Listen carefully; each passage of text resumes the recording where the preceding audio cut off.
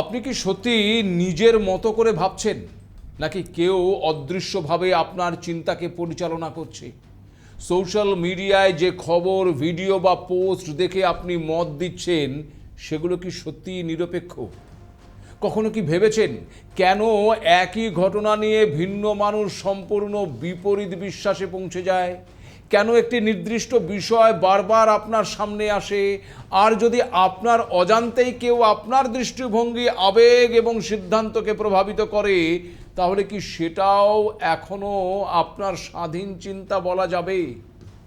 আমরা ভাবি আমরা সবাই স্বাধীন, ভাবি ওই সোশ্যাল মিডিয়ায় আমরা যা দেখছি, যা বিশ্বাস করছি, তা আমাদের নিজস্ব সিদ্ধান্ত।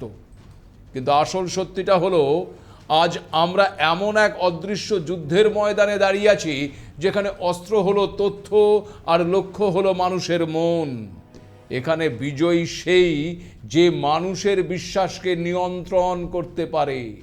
আর এই যুদ্ধের নাম ন্যারেটিভ ওয়ারফেয়ার। জানেন কি এই ন্যারেটিভ ওয়ারফেয়ার কি? কেন একে বলা হচ্ছে নতুন যুগের মগজ ধোলাইয়ের অস্ত্র? জনমত কি সত্যিই জনগণের মত, নাকি সেটাও তৈরি করা যায়? প্রোপাগান্ডা আর ন্যারেটিভের মধ্যে আসল পার্থক্য কোথায়? একটি নির্দিষ্ট মতামত কিভাবে কয়েক দিনের মধ্যেই লাখো মানুষের বিশ্বাসে পরিণত হয়? একই তথ্যের ভিন্ন উপস্থাপনা কেন আমাদের সিদ্ধান্ত বদলে যায়? ইকো চেম্বার কি? একটি ছবি, ভিডিও বা কয়েকটি শব্দ কিভাবে কোটি মানুষের আবেগ এবং জনমতকে নিয়ন্ত্রণ করতে পারে? কেন বিশ্বজুড়ে রাজনৈতিক দল, কর্পোরেশন এবং ক্ষমতাশালী গোষ্ঠীগুলো ন্যারেটিভ তৈরিতে এত টাকা বিনিয়োগ করে? সম্পূর্ণ নিরপেক্ষ থাকা কি আদৌ সম্ভব? আমাদের স্বাধীনভাবে চিন্তা করার ক্ষমতা কি ধীরে ধীরে তবে ভোঁতা হয়ে যাচ্ছে? এই অদৃশ্য যুদ্ধ থেকে নিজেকে বাঁচানোর উপায় কি? নমস্কার, আপনারা দেখতে শুরু করেছেন এডিটার্স ডায়েরি। আমি ভাস্কর দত্ত আরও একটি নতুন এপিসোডে আপনাদেরকে স্বাগত জানাই।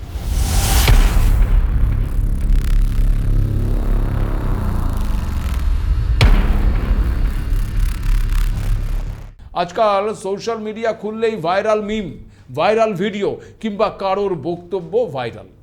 এই ভাইরাল হওয়ার জন্য মানুষ আজকাল কি না করছে, অথচ এই ভাইরাল শব্দটির সঙ্গে কয়েক বছর আগেও আপনি হয়তো খুব একটা পরিচিতই ছিলেন না। কিন্তু আজ এমন একটা দিনও যায় না যেদিন আমরা এই ভাইরাল শব্দটি শুনিনি।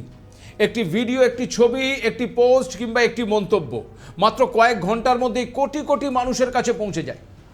আপনারা ভাবেন মানুষ পছন্দ করছে বলেই এগুলো ভাইরাল হয়েছে, কিন্তু প্রশ্ন হলো, সব কিছুই কি সত্যি মানুষের স্বতঃস্ফূর্ত পছন্দে ভাইরাল হয়? কখনো কি ভেবেছেন কেন একটি নির্দিষ্ট বিষয় হঠাৎ করেই সবার আলোচনার কেন্দ্রে চলে আসে? কেন একই সময়ে লাখো লাখো মানুষ একই বিষয় নিয়ে কথা বলতে শুরু করে? এটি কি শুধুই মাত্র কাকতালীয়, নাকি এর পেছনে কাজ করে সুপরিকল্পিত কোনো প্রক্রিয়া? দেখুন, আজকের পৃথিবীতে তথ্য শুধু জানানো হয় না, তথ্যকে সাজানো হয়। একটি ঘটনার কোন অংশটি আপনি দেখবেন, কোন শব্দটি আপনার কাছে বেশি গুরুত্ব পাবে, আর কোন ছবিটি আপনার সামনে বারবার আসবে, আর কোন তথ্যটি আপনার নজরের বাইরেই থেকে যাবে, এসব অনেক সময় নির্ধারিত হয় তথ্য উপস্থাপনার ধরন, সোশ্যাল মিডিয়ার অ্যালগরিদম এবং বিভিন্ন ব্যক্তি, প্রতিষ্ঠান বা গোষ্ঠীর তৈরি করা ওই ন্যারেটিভের মাধ্যমে। আর এই কারণেই আধুনিক বিশ্বের সবচেয়ে বড় যুদ্ধ অনেক ক্ষেত্রেই এখন আর ওই সীমান্তে হচ্ছে না, হচ্ছে কোথায় জানেন? একেবারে আমার আপনার মতন মানুষের মনের ভেতর। বন্দুক বা বোমার বদলে এখন অস্ত্র ব্যবহৃত হচ্ছে গল্প, ফেক নিউজ, এআই, ডিপফেক এবং সোশ্যাল মিডিয়ার অ্যালগরিদম। আর এই অদৃশ্য লড়াইয়ের নামই হচ্ছে ওই ন্যারেটিভ ওয়ারফেয়ার। আপনার হাতের এই মোবাইল স্ক্রিনে আসা কোনো খবর, কোনো ট্রেন্ড বা কোনো রিলস হঠাৎ ভাইরাল হয় না। এর পেছনে থাকে একটা সুনির্দিষ্ট আখ্যান বা ন্যারেটিভ, যা আপনার চিন্তাভাবনাকে একটা নির্দিষ্ট দিকে চালিত করতে তৈরি করা হয়।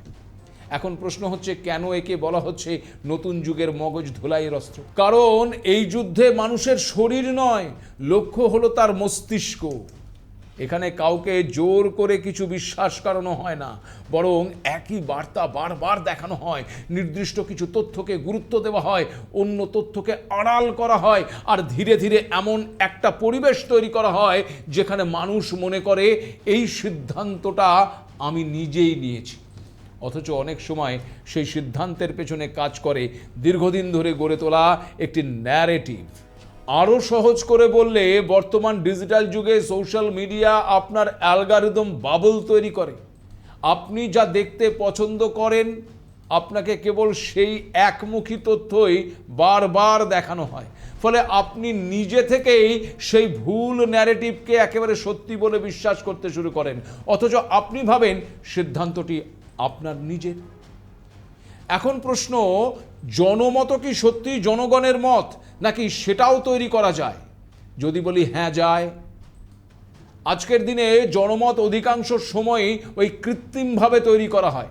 জানেন কি, এর পেছনে কাজ করে তিনটি বড় শক্তি। প্রথম শক্তি হলো বট এবং পেইড ট্রোল আর্মি। হাজার হাজার ফেক অ্যাকাউন্টের মাধ্যমে কোনো একটি নির্দিষ্ট হ্যাশট্যাগ বা বিষয়কে ট্রেন্ড করিয়ে দেওয়া হয়, যাতে সাধারণ মানুষ সেটাকেই জনগণের আসল রায় বলে মেনে নেয়। যেমন ধরুন, সম্প্রতি শেষ হয়েছে 2026-এর ফুটবল বিশ্বকাপ, আর 2026 সালের ফিফা বিশ্বকাপ ফাইনালের পর এই কৃত্রিমভাবে হ্যাশট্যাগ ট্রেন্ড করানোর কৌশলটি লিওনেল মেসির বিরুদ্ধে হুবহু একইভাবে ব্যবহার করা হয়েছিল।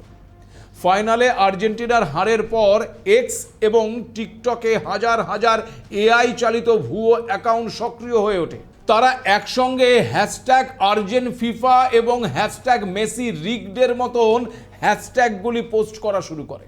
সাধারণ ফুটবল ভক্তরা যখন দেখেন যে এই হ্যাশট্যাগুলো গ্লোবাল ট্রেন্ডিংয়ে 1 নম্বরে চলে এসেছে, তখন তারা ধরে নেন সমগ্র বিশ্বের কোটি কোটি মানুষই হয়তো বিশ্বাস করছে যে ফিফা মেসিকে জোর করে জেতাতে চেয়েছে।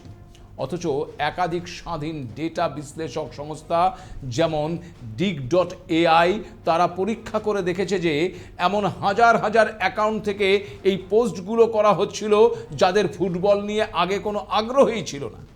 এই বিষয়টিকে সাইবার পরিভাষায় বলা হয় অ্যাস্ট্রোটার্ফিং।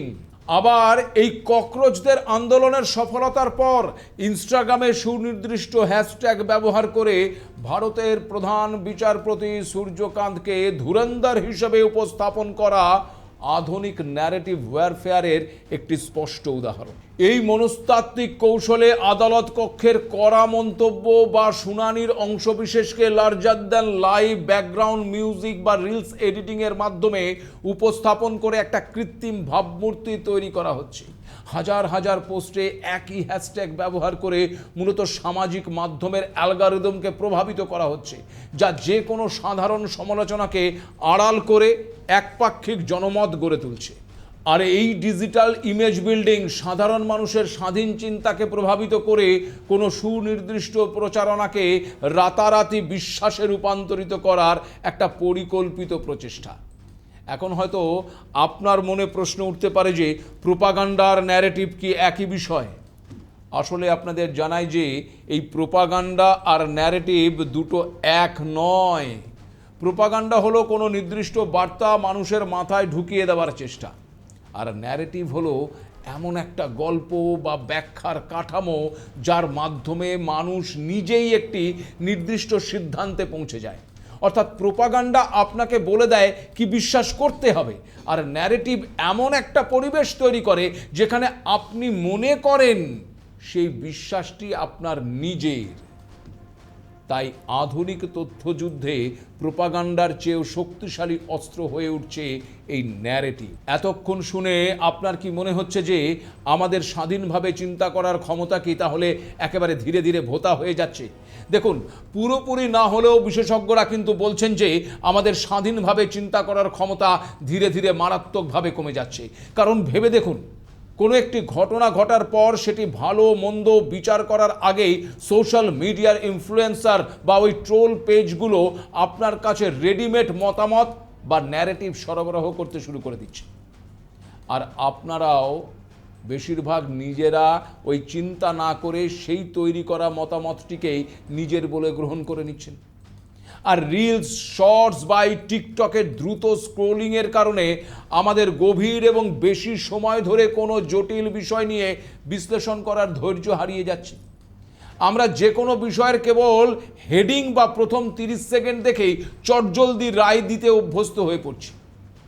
ফলে চিন্তার পরিধি সংকুচিত হয়ে যাচ্ছে। এখানেই উঠে আসে ইকো চেম্বারের প্রসঙ্গ।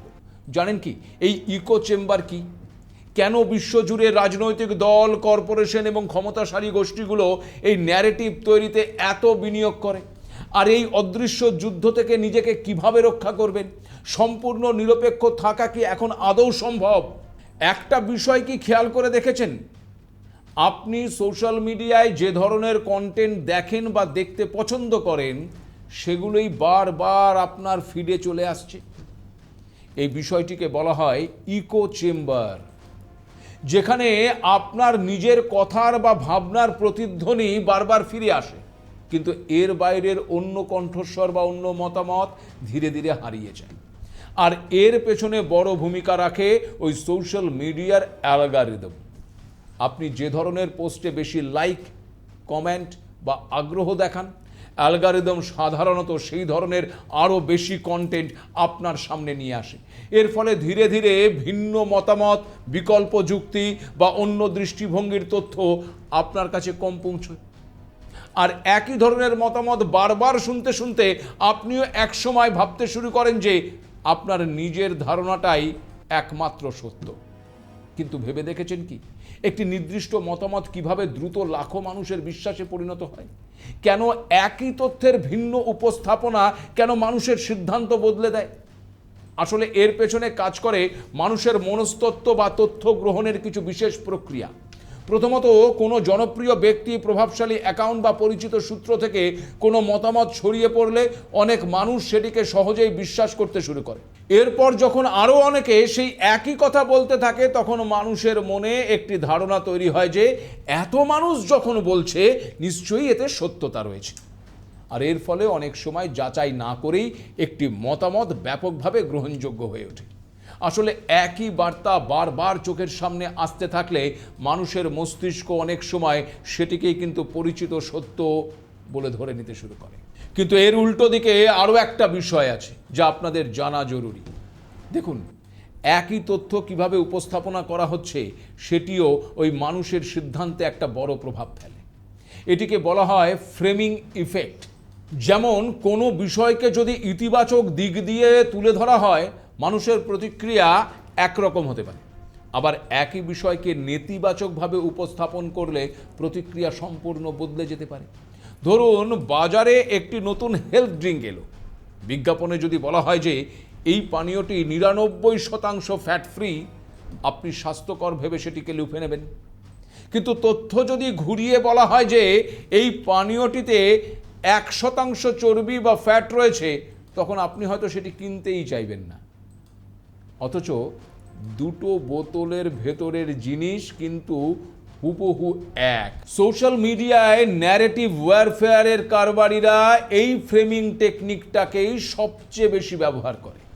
তারা একটি আন্দোলন বা ঘটনাকে এমনভাবে ফ্রেমে বাঁধে যা আপনার অবচেতন মনকে একটা সুনির্দিষ্ট সিদ্ধান্ত নিতে বাধ্য করে। অর্থাৎ তথ্য একই থাকলেও ভাষা, শব্দের নির্বাচন এবং উপস্থাপনার ধরন মানুষের আবেগ এবং সিদ্ধান্তকে প্রভাবিত করে। দেখুন, এখানে আপনাদেরকে জানিয়ে রাখি যে এই ন্যারেটিভ ওয়ারফেয়ারে মানুষের আবেগকে কাজে লাগানো হয়। সোশ্যাল মিডিয়ার অ্যালগরিদম অনেক সময় রাগ, ভয় বা ঘৃণা তৈরি করার কন্টেন্টকে দ্রুত ছড়িয়ে দেয়, কারণ এগুলো বেশি প্রতিক্রিয়া তৈরি করে। আর এই সুযোগকে কাজে লাগিয়ে ন্যারেটিভ অনেক সময় মানুষের চিন্তা এবং সিদ্ধান্তকে প্রভাবিত করে। এখানেও আপনাদের একটা বাস্তব উদাহরণ দিই। বিশ্বকাপ ফুটবলের রাউন্ড অফ 16-এ মিশরের বিরুদ্ধে আর্জেন্টিনার 3-2 গোলে রোমাঞ্চকর জয়ের পর ইন্টারনেটে কৃত্রিমভাবে একটি ইসলামোফোবিক এবং রাজনৈতিক আখ্যান তৈরি করা হয়। রেফারি ফ্রাঁসোয়া লেটেস্কিয়ারের উইকিপিডিয়া পেজটি রাতারাতি বিকৃত করে দাবি করা হয় যে তার একটি নির্দিষ্ট ধর্মীয় এবং রাজনৈতিক সংযোগ রয়েছে। এর উদ্দেশ্য ছিল এটা প্রমাণ করা যে আন্তর্জাতিক ভূ রাজনীতি এবং ইসরায়েলের প্রভাবে রেফারি উদ্দেশ্য প্রণোদিতভাবে মিশরকে হারিয়ে আর্জেন্টিনাকে জিতিয়ে দিয়েছে। পরবর্তীতে ইউরোনিউজ এবং বিভিন্ন আন্তর্জাতিক সংবাদ মাধ্যম ডিজিটাল ফরেনসিক প্রমাণের মাধ্যমে পুরো ন্যারেটিভটিকে একটি সাজানো মিথ্যে হিসেবে প্রমাণ করে। আবার টুর্নামেন্ট চলাকালীন ফিফার বিচার বিভাগীয় কিছু নিয়মের পরিবর্তনকে কেন্দ্র করে উয়েফা এবং বেলজিয়াম ফুটবল ফেডারেশন ক্ষোভ প্রকাশ করেছিল। এই ঘটনাকে হাতিয়ার করে সোশ্যাল মিডিয়ায় হাজার হাজার ফেক অ্যাকাউন্ট এবং পেজের মাধ্যমে এমন ন্যারেটিভ তৈরি করা হয় যেন ফিফা টুর্নামেন্টের সমস্ত নিয়ম কেবল ওই আর্জেন্টিনারকে সুবিধে দেওয়ার জন্যই শেষ মুহূর্তে পরিবর্তন করেছে।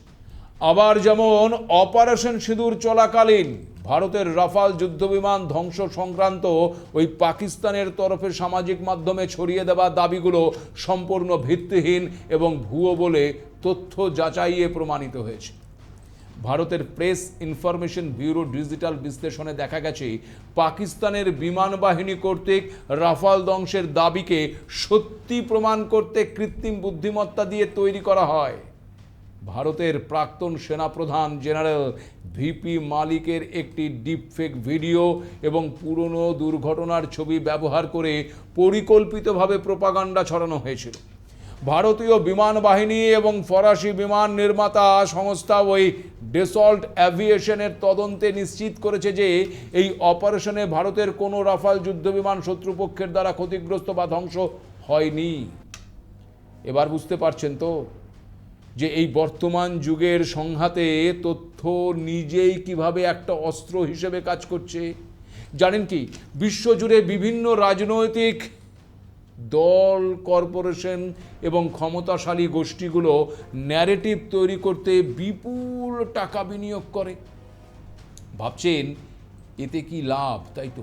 দেখুন, ক্ষমতাশালী গোষ্ঠীগুলো ন্যারেটিভ তৈরিতে কোটি কোটি টাকা বিনিয়োগ করে, কারণ ওই বন্দুক বা আইন দিয়ে মানুষকে সাময়িক দমন করা গেলেও ন্যারেটিভের মাধ্যমে মানুষের চিন্তা ভাবনা এবং অবচেতন মনকে চিরতরে দাস বানিয়ে ফেলা যায়। যখন কোনো কর্পোরেশন বা রাজনৈতিক দল তাদের অনুকূলে একটি গল্প সমাজে প্রতিষ্ঠা করে দেয়, তখন সাধারণ মানুষ নিজে থেকেই তাদের সিদ্ধান্ত বা পণ্যকে একেবারে সঠিক বলে মেনে নেয়। কোনো জোর খাটাতে হয় না, মানুষ ভাবে সিদ্ধান্তটি তার নিজের সিদ্ধান্ত। দ্বিতীয়ত, আইনি বা রাজনৈতিক যে কোনো ভুল সিদ্ধান্তকে জনগণের চোখে বৈধ করে তোলা যায়। এর ফলে দীর্ঘমেয়াদে ক্ষমতায় টিকে থাকাটা সহজ।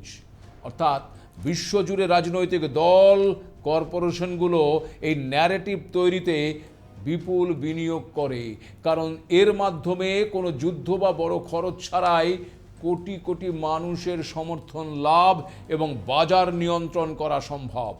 ভাবছেন তাহলে উপায় কি, তাই তো? এই মগজ ধোলাইয়ের ডিজিটাল ফাঁদ থেকে নিজেকে বাঁচাবেন কিভাবে? এর জন্য আপনাকে মাত্র 3টি গোল্ডেন রুল মনে রাখতে হবে। প্রথমত, কোনো খবর বা ভিডিও দেখে যদি আপনার রক্ত গরম হয়, প্রচণ্ড রাগ হয় কিংবা আনন্দ হয়, তবে জানবেন আপনি ন্যারেটিভের শিকার হচ্ছেন। দ্বিতীয়ত, সেই খবর সোশ্যাল মিডিয়ায় শেয়ার বা কমেন্ট করার আগে 5 সেকেন্ড থামুন। খবরটি কি, কোন অথেন্টিক সংবাদ মাধ্যম বা ফ্যাক্ট চেক সংস্থা নিশ্চিত করছে কি দেখে নিন, নাকি কোনো বেনামি পেজের প্রোপাগান্ডা থেকে আসছে সেটা জানুন। আর শেষ রুলটি হলো, মাঝে মাঝে আপনার অপছন্দের বা বিপরীত মতাদর্শের যুক্তিগুলো শুনুন। সম্পূর্ণ নিরপেক্ষ হওয়া হয়তো মানুষের পক্ষে সম্ভব নয়, কারণ আমাদের অবচেতন মন কোনো একটা দিকে ঝুঁকে থাকে, কিন্তু বস্তুনিষ্ঠ হওয়া সম্ভব। অর্থাৎ প্রমাণের ওপর ভিত্তি করে সিদ্ধান্ত নেওয়াটা সম্ভব। দেখুন, বিশ্বজুড়ে রাজনৈতিক দল, ক্ষমতাশালী গোষ্ঠী আর এই কর্পোরেশনগুলো কোটি কোটি টাকা খরচ করছে আপনার ওই মনকে নিয়ন্ত্রণ করার জন্য। এবার সিদ্ধান্ত আপনার। আপনি কি নিজের বুদ্ধিতে বাঁচবেন, নাকি অন্য কারো তৈরি করা ন্যারেটিভের পুতুল হয়ে থাকবেন? প্রশ্নের উত্তরটা আপনারা খুঁজুন। আজ এই পর্যন্তই। নমস্কার।